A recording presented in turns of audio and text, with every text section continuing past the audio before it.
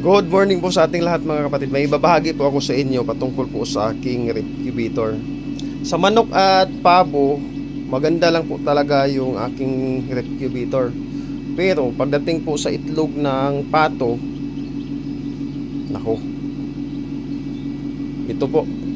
Dati natry ko na talaga gan sa pato, hindi po maganda yung papisa. Pero mayroon pong makulit na nagpa-incubate po dito sa akin.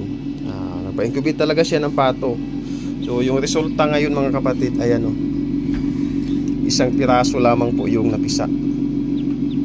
So yung naging karanasan ko dito, yung mga pato na pinaliblim ko dati, minsan tulingig yung kanilang ulo is nakaganon. Tulingig sa term sa Bisaya.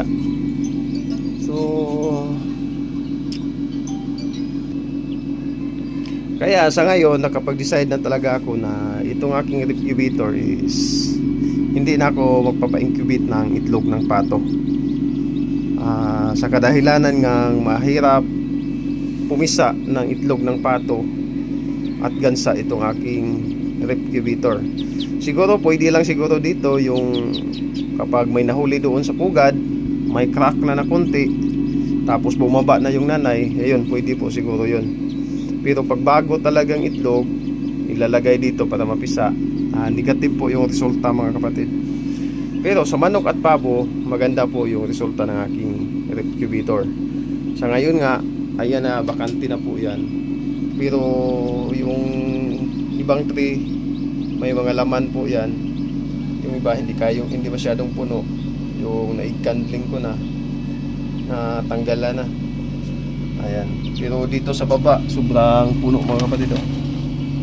Ayan, nag-uumapaw yung itlog. So yan po yung counting update sa aking recubitor mga kapatid. Maganda lang ito sa itlog ng manok at pabo. Ito nga, may manok dito na nasali o napisa na.